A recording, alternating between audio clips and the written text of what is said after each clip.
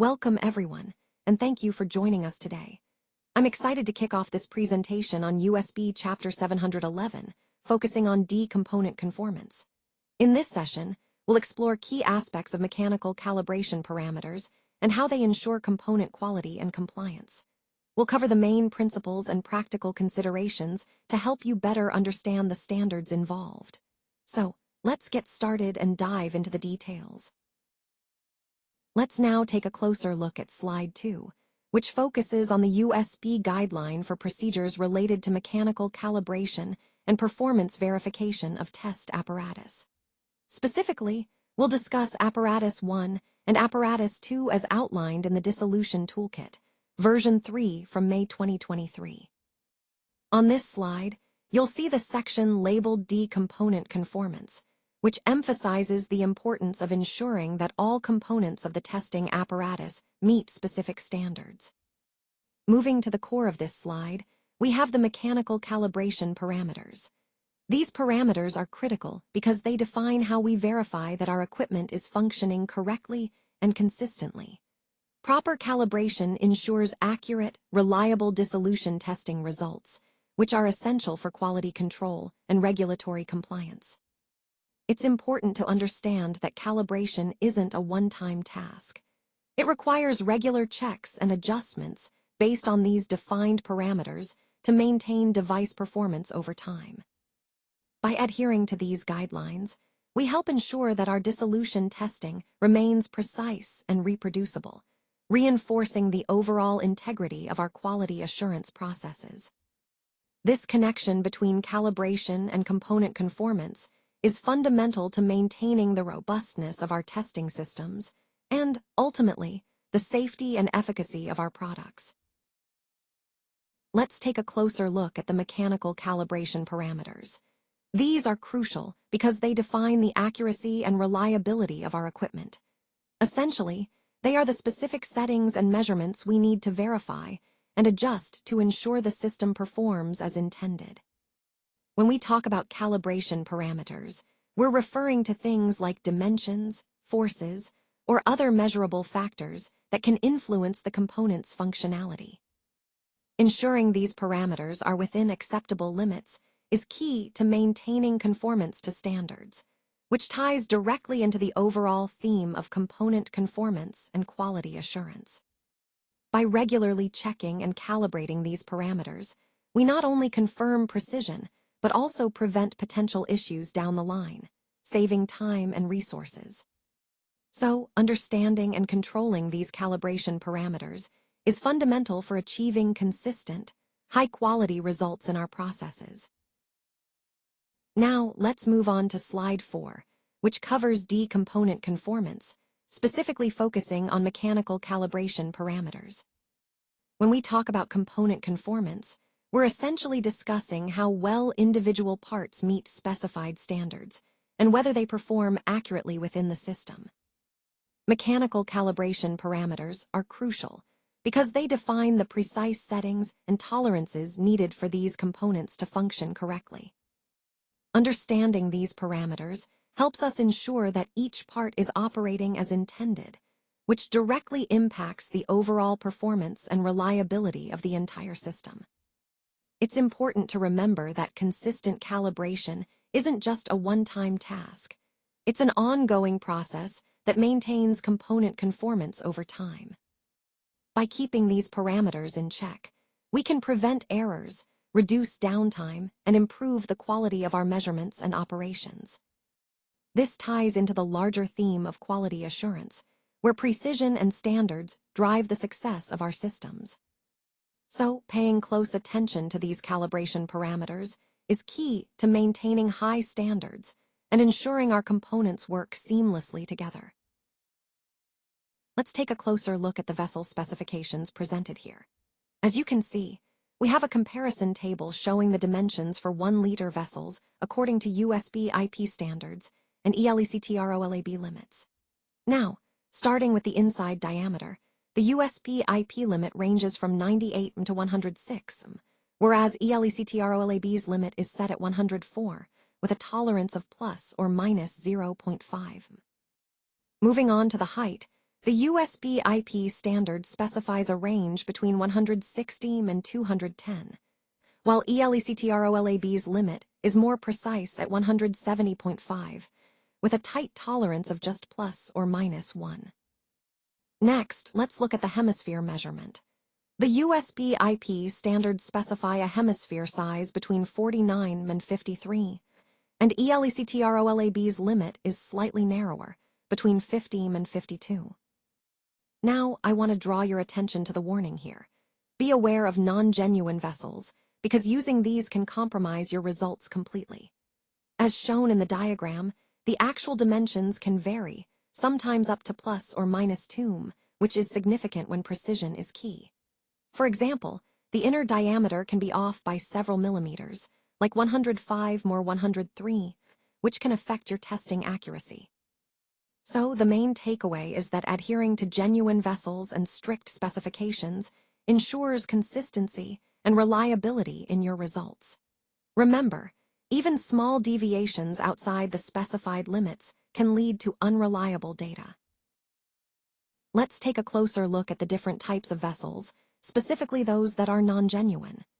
These vessels are characterized by features like centricity, verticality, and hemisphere, which is actually the most important factor here. We also see the RSD, or relative standard deviation, which tends to be higher in these cases. Most of these vessels are traditionally made using glass-blowing techniques, which means each one is more or less unique. Because they're handcrafted, you'll often notice individual flaws or irregularities. These imperfections actually add to the hydrodynamic variability, making each vessel slightly different from the others. When we talk about vessel specifications, it's important to remember that these variables, like shape, size, and craftsmanship, directly impact performance. Handmade vessels bring a certain uniqueness, but also variability, which we need to consider in our overall analysis. So, understanding these nuances helps us better interpret how these vessels behave in real-world conditions and how their manufacturing influences their performance in our applications. Let's take a closer look at vessel irregularities. These are deviations from the normal vessel structure that we might observe during imaging. They can include things like abnormal wall thickening, irregular lumen shape, or unusual calcifications. Recognizing these irregularities is crucial because they can indicate underlying pathology, such as atherosclerosis or other vascular diseases. Understanding these irregularities helps us assess the severity and potential impact on blood flow.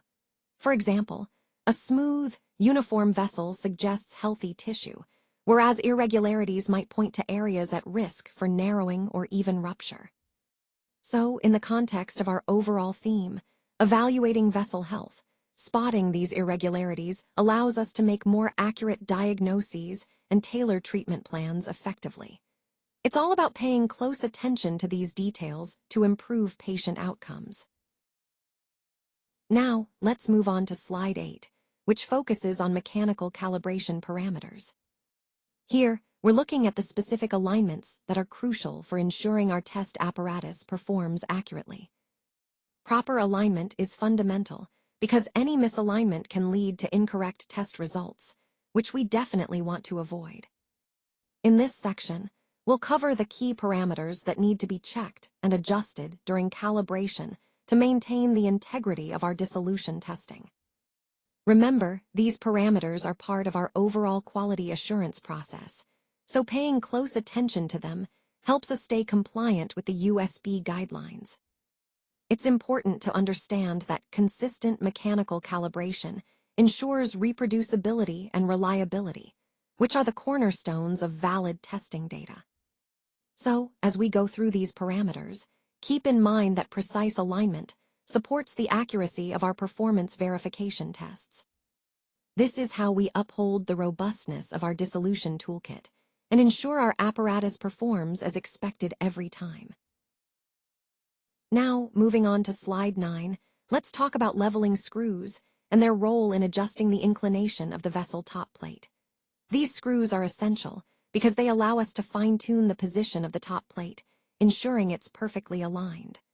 Proper leveling is crucial for accurate measurements and effective calibration. By adjusting these screws, we can correct any tilt or misalignment that might affect the overall performance of the system. This step is part of our broader focus on mechanical calibration parameters, which are vital for maintaining precision and consistency in our setup. Remember, a well-leveled top plate helps us achieve reliable results and optimal operation of the vessel. Let's take a closer look at the mechanical calibration parameters outlined in this slide. These are essential for ensuring our dissolution testing apparatus functions accurately and consistently. When we talk about alignments, we're focusing on making sure that all components are properly positioned and calibrated according to the guidelines. Pay particular attention to the critical points where misalignments can cause deviations in test results. Proper alignment helps us maintain the integrity of our performance verification tests, which is vital for compliance and reliable data. Remember, these parameters are not just technical details. They're the foundation for reproducibility and accuracy in our dissolution procedures. Staying meticulous with these alignments ensures our apparatus performs as expected, supporting the overall quality of our testing processes. Now, let's move on to slide 11, which focuses on mechanical calibration parameters. Here, the key point is the importance of proper alignment in ensuring accurate calibration and performance verification. When we talk about alignments, we're referring to the precise positioning of our test apparatus, specifically Apparatus 1 and Apparatus 2, according to the guidelines. Proper alignment is critical because even small deviations can impact the results, leading to inaccurate assessments of dissolution performance. It's essential to follow the specified procedures carefully to maintain consistency and reliability across tests. Remember, this step is foundational. If the apparatus isn't correctly aligned, the entire calibration process can be compromised. So, in the context of the overall calibration process, paying close attention to these mechanical parameters helps us ensure that our dissolution testing remains precise and reproducible, which ultimately supports the quality and compliance of our pharmaceutical products. Now, let's move on to slide 12, where we focus on the mechanical calibration parameters outlined in the USB guidelines. Here, the key point is that precise alignment is essential for ensuring accurate dissolution testing. When we talk about alignments, we're referring to how the test apparatus, whether Apparatus 1 or Apparatus 2, is set up and calibrated to meet specific standards. Proper alignment affects the performance verification, because even small deviations can lead to inconsistent or unreliable results. That's why routine checks and adjustments are critical to maintain the integrity of our testing process. We'll want to pay particular attention to the calibration parameters, such as the positioning of the paddles or baskets, the height adjustments, and ensuring the apparatus is level.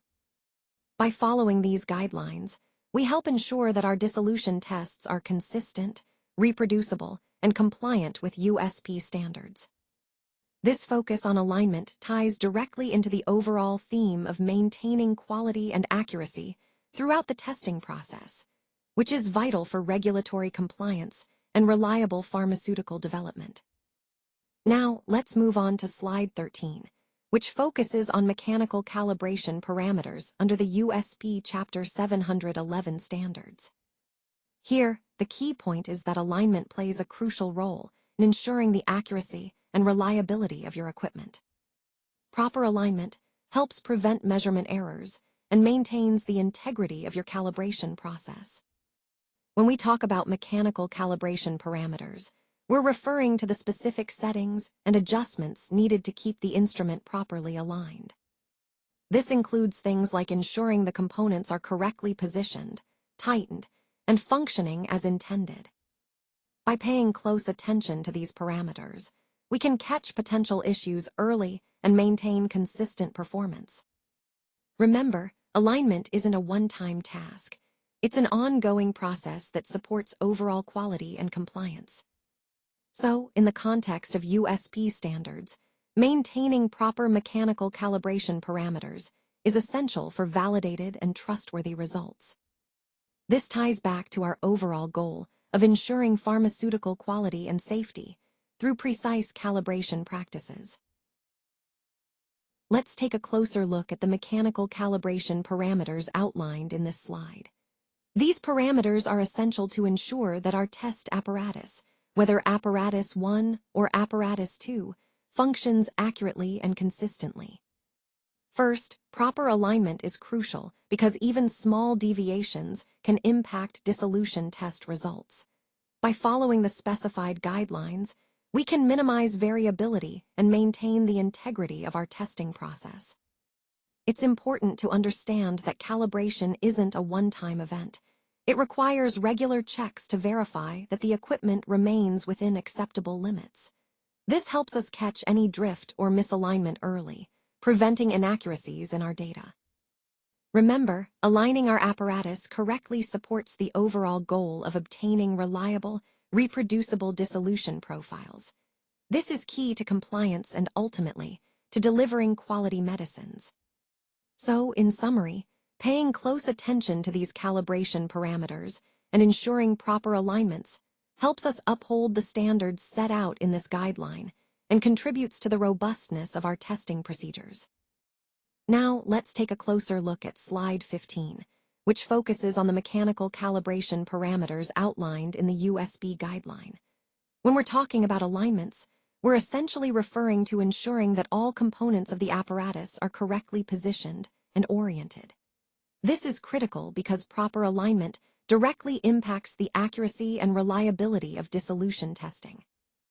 The key point here is that regular and precise adjustments are necessary to maintain the integrity of your measurements.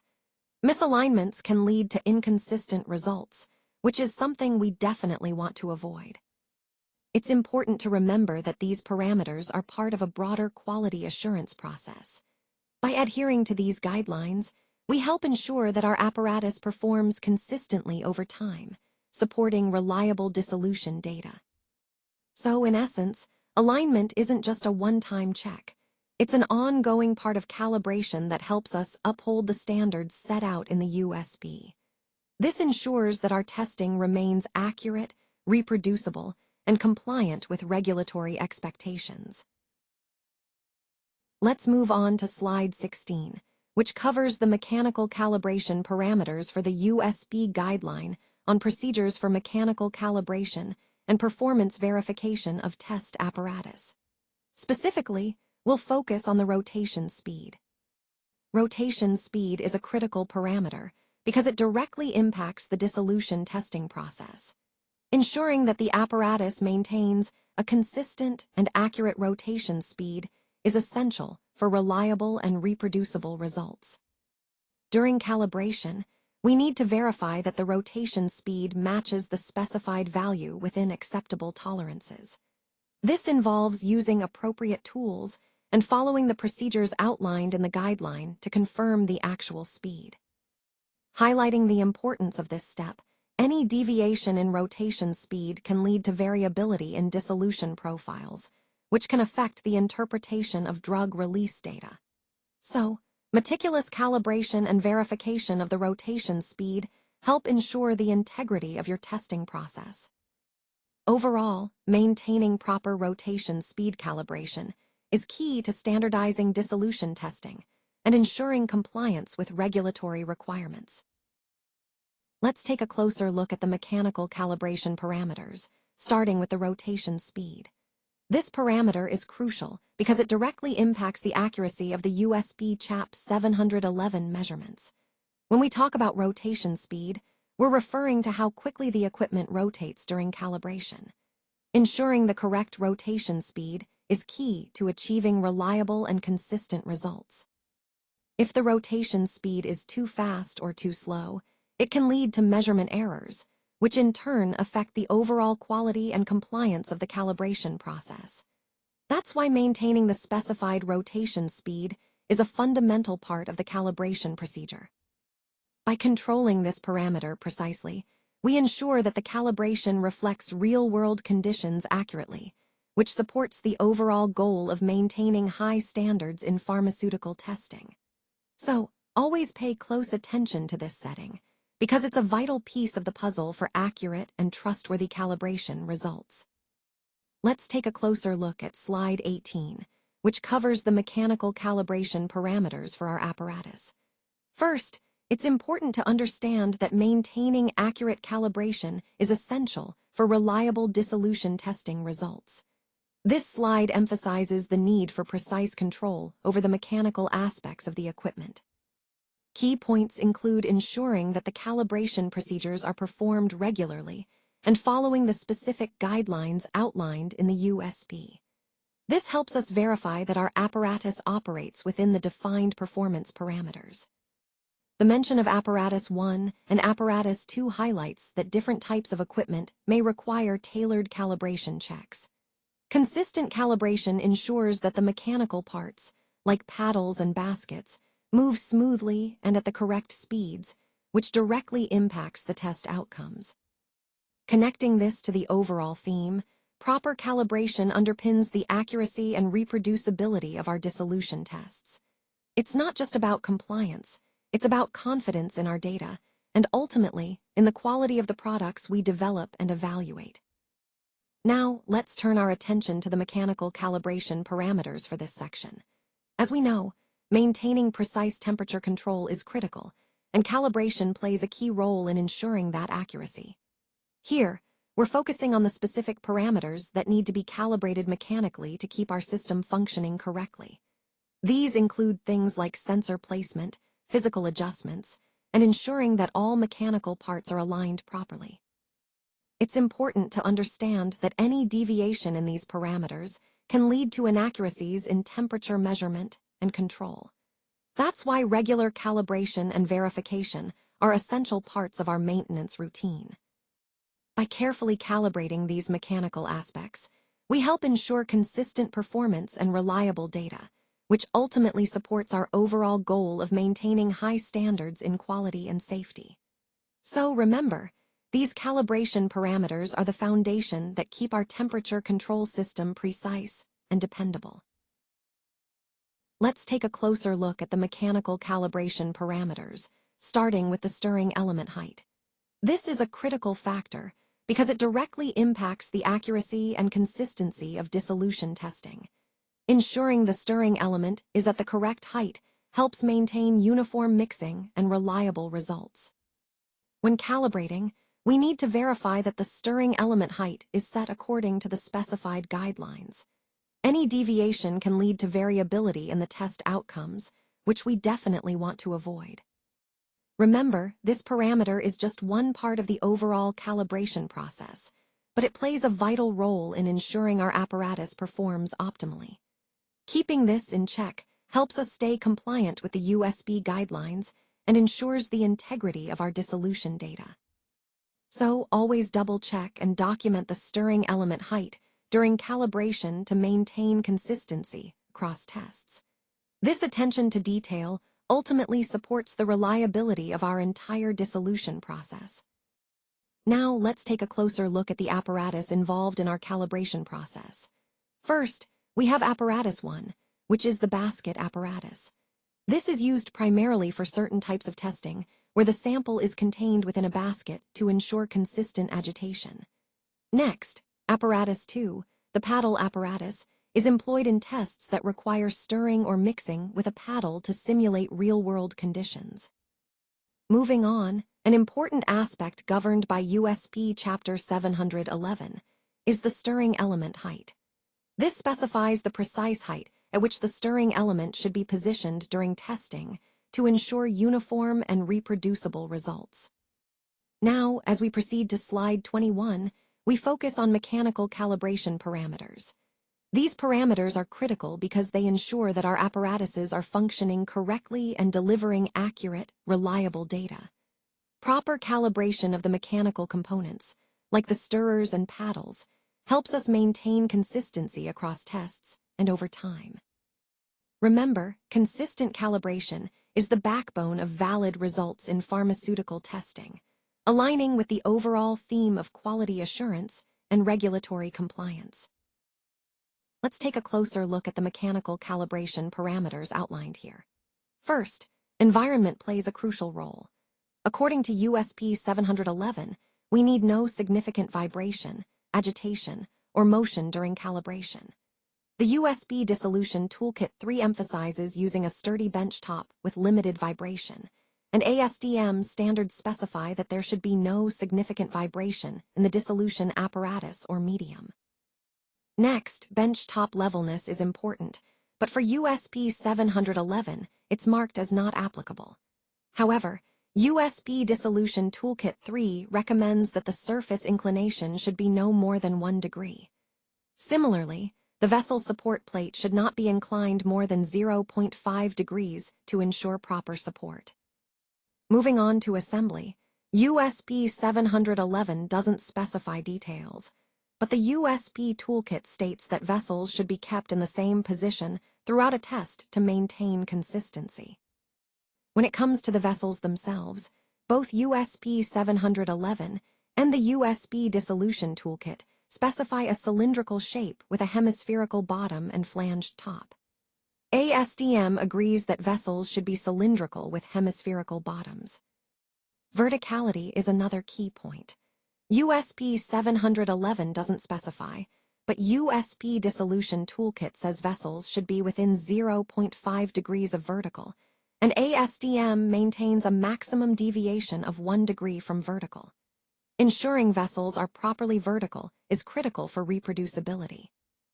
Regarding vessel dimensions, all standards refer back to the specifications outlined in Chapter 711, so maintaining those dimensions is essential for accuracy. For the shaft, USP 711 doesn't specify verticality, but both USB Toolkit and ASTM specify that the shaft must be perfectly vertical, within 0.5 degrees, so that the paddle or basket aligns correctly. Vessel and shaft centering is also vital. USP 711 allows a deviation of up to 2 millimeters, while the USP Toolkit recommends that the difference between the largest and smallest readings be no more than 2 millimeters, and ASTM tightens this to within 1 millimeter from the center line. Finally, paddle or basket wobble should be minimal. USP 711 states no significant wobble. USP Toolkit requires total deflection to be less than 1 millimeter, and ASTM specifies a maximum of 1 millimeter total runout. This ensures the mechanical stability needed for consistent dissolution testing.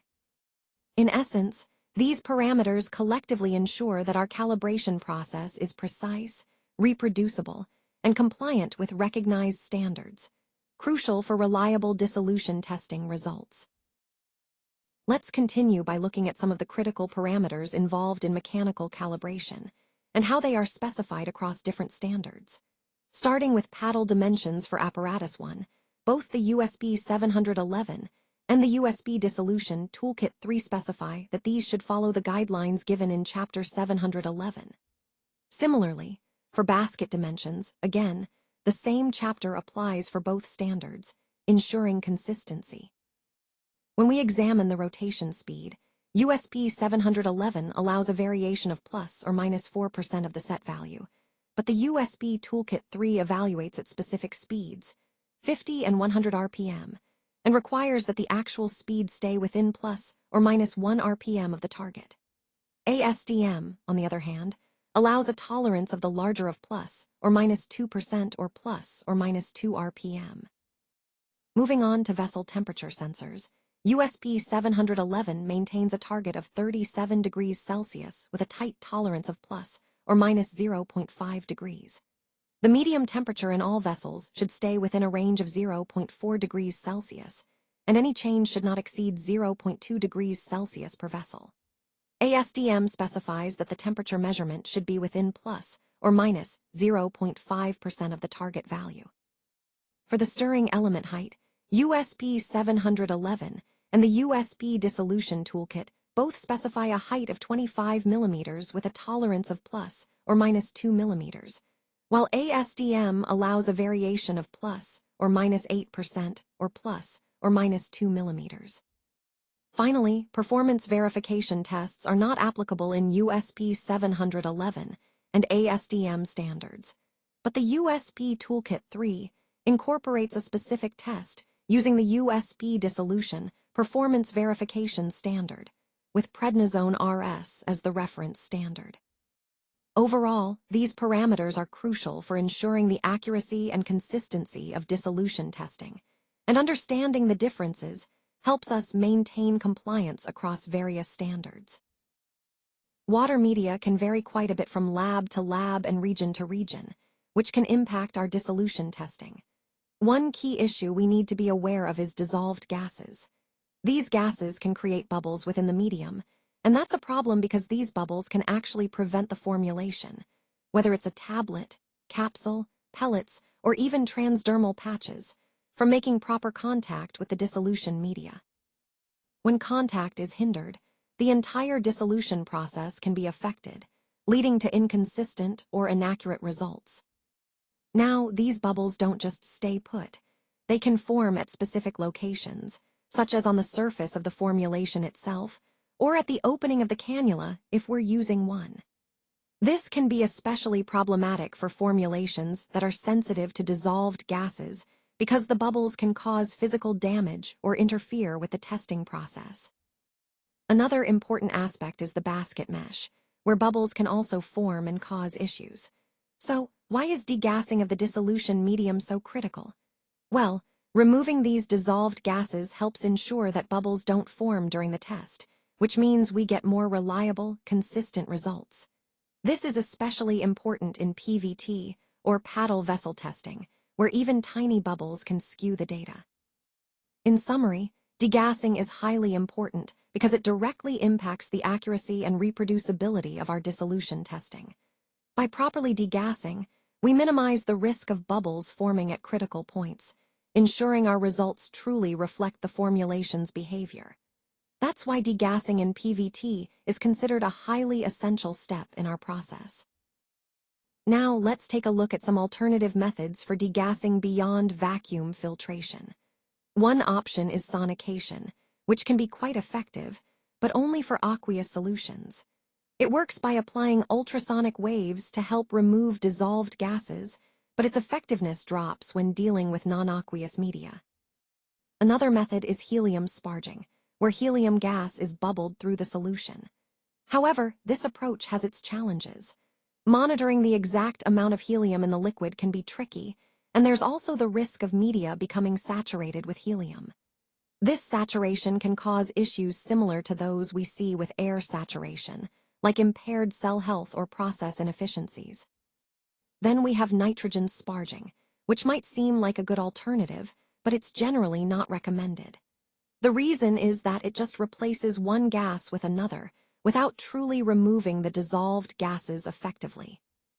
Lastly, using a media degasser can be helpful, but it requires careful validation. It's important to check the dissolved oxygen levels afterward to ensure there's been enough deaeration. Overall, selecting the right method depends on your specific media, process requirements, and the level of degassing needed. Each method has its pros and cons, and understanding these helps us optimize our process for the best results. Let's talk about the process of achieving the desired oxygen level. You typically repeat the process until you reach that target. However, this approach can lead to some challenges. For instance, reproducibility becomes a concern because there's a chance of variability from batch to batch. This is especially true when large volumes of media are involved, such as with a 14-station dissolution apparatus, where handling large quantities increases the complexity. Additionally, this process can be quite time-consuming. The repeated steps add up and can slow down your workflow. Another important point is the relative standard deviation, or RSD, which we need to keep in check to ensure consistency across batches. Transferring the medium into vessels is also a critical step. It can inadvertently reintroduce gases, undoing the efforts we've made to deoxygenate the medium initially. And when we consider manual degassing, there are specific drawbacks. Mainly, it's labor-intensive and prone to inconsistencies. Overall, these factors highlight the need for more reliable and efficient methods for controlling oxygen levels in our preparations. Let's talk about the documentation aspect. It's essential to have a system that allows for easy, fast, and accurate dispensing directly into the vessels. This helps us avoid reaeration, which can compromise the quality of our media. Maintaining the media at the desired temperature is also crucial, as temperature fluctuations can affect cell growth and product yield. Automated systems should assist us in achieving the target oxygen levels and measuring the DO2 level accurately. This ensures that our process remains consistent and reliable, ultimately supporting optimal cell culture conditions. Let's take a closer look at the comparison between manual and automated degassing. First, with manual degassing using vacuum filtration, it's quite a time-consuming process. For example, degassing 8 liters of media can take up to 13 minutes. That might not seem like a lot, but when you're working with multiple media batches, it really adds up. Another point to consider is reproducibility. Manual methods can introduce variability from batch to batch, especially when large volumes are involved, such as in a 14-station dissolution apparatus. This variability can impact the consistency of your results. Transferring the media manually also poses challenges. There's a risk of reintroducing gases into the medium during transfer, which can compromise oxygen levels. That's where automated degassing systems come into play. They can process larger volumes more quickly and reliably. For instance, with an automated system, the media can be degassed in a single run, and the process can be repeated as needed until the desired oxygen level is achieved. Importantly, automated systems ensure consistent oxygen levels, reducing the need for repeated adjustments. Plus, they transfer media directly into vessels using special nozzles, minimizing gas reintroduction. Overall, automated degassing provides a more reproducible, efficient, and reliable approach, especially when dealing with large volumes or multiple stations. It really streamlines the process and enhances the consistency of your results. Troubleshooting is a crucial part of any project or process. When things don't go as planned, it's important to identify the root cause quickly and effectively. The key points here are to stay calm, methodically analyze the problem, and consider all possible factors. Sometimes the issue might seem obvious, but often it's a combination of small things adding up. Remember, a systematic approach helps you pinpoint the real problem rather than just the symptoms. Connecting this back to our overall theme, effective troubleshooting ensures the continuity and success of our initiatives. It's about being proactive and resilient in resolving issues so we can keep moving forward smoothly. Let's discuss some common conning issues related to the apex vessel. When you notice a tablet sticking to the bottom of the vessel, using sinkers can be very helpful. Helical, wire, or 3-prong sinkers are effective options to keep the tablet in place during processing. If you're dealing with floating tablets, placing them in a basket or adding sinkers can prevent them from floating away or moving unpredictably. For powder or pellet formulations that tend to float, using a basket made of finer mesh or a stationary basket assembly can help contain the material and ensure consistent testing conditions. Now, evaporation loss is another critical factor. To minimize this, always use a low evaporation jar lid. It's a simple yet effective way to reduce solvent loss during the process. Temperature control is also vital. Make sure to check if the bath circulation is functioning properly, verify the calibration date of your temperature devices, and consider implementing a gradient temperature setup if needed. This ensures your test conditions remain consistent and reliable. Lastly, don't forget about accessories. Properly selecting and maintaining these tools directly impacts the accuracy and reproducibility of your results. Keeping these points in mind will help you troubleshoot and optimize your testing process effectively. Now, let's take a closer look at the depth gauge for the pod and apex vessel. This tool is essential for accurately measuring the depth of the vessel, which is crucial for ensuring proper placement and safety during procedures. The depth gauge helps us determine the precise position of our instruments relative to the vessel walls, minimizing risks and improving outcomes. It's especially important when working with complex or delicate structures, where even small deviations can make a big difference. By using this gauge, we enhance our ability to maintain control and precision throughout the process. Overall, it's a simple but vital component that ties into our broader focus on safety, accuracy, and effective device management in these procedures. Now, let's take a look at some of the key components of dissolution testing. We see volumes like 150 ml and 250 ml, which are typical volumes used in these procedures. Small volume dissolution methods are also important when sample quantity is limited or when testing specific formulations. The suspension adapter is a useful tool for maintaining uniformity when testing suspensions, ensuring consistent and reliable results. The multimedia dissolution kit offers a versatile approach, allowing us to simulate different physiological conditions. Biphasic dissolution involves two phases, usually aqueous and organic, to better mimic the in vivo environment and understand how a drug releases across different media. Intrinsic dissolution measures the drug's release rate from a solid form, providing insight into the drug's inherent solubility. We also have various apparatus options, such as the immersion cell and the apex vessel, which are designed to accommodate different testing needs. The stationary basket is another key component, often used when testing drug release from dosage forms like capsules or tablets. Finally, the dynamic dissolution apparatus represents a more advanced setup, where the system can simulate the dynamic conditions of the gastrointestinal tract, offering a more realistic assessment of how the drug will behave in vivo. All these tools and methods are crucial in our overall goal, to accurately predict how a drug dissolves and becomes bioavailable in the body. Now, let's take a quick look at the multimedia dissolution kit. This kit is a crucial tool in our process because it allows us to efficiently and effectively dissolve various multimedia materials. It ensures that we can analyze and test different substances thoroughly, which is essential for accurate results. The key point here is that having the right dissolution kit helps us maintain consistency and reliability in our testing procedures. This aligns perfectly with the overall theme of ensuring quality and precision in our work. Remember, the right tools make all the difference when it comes to achieving accurate, reproducible outcomes in our analyses.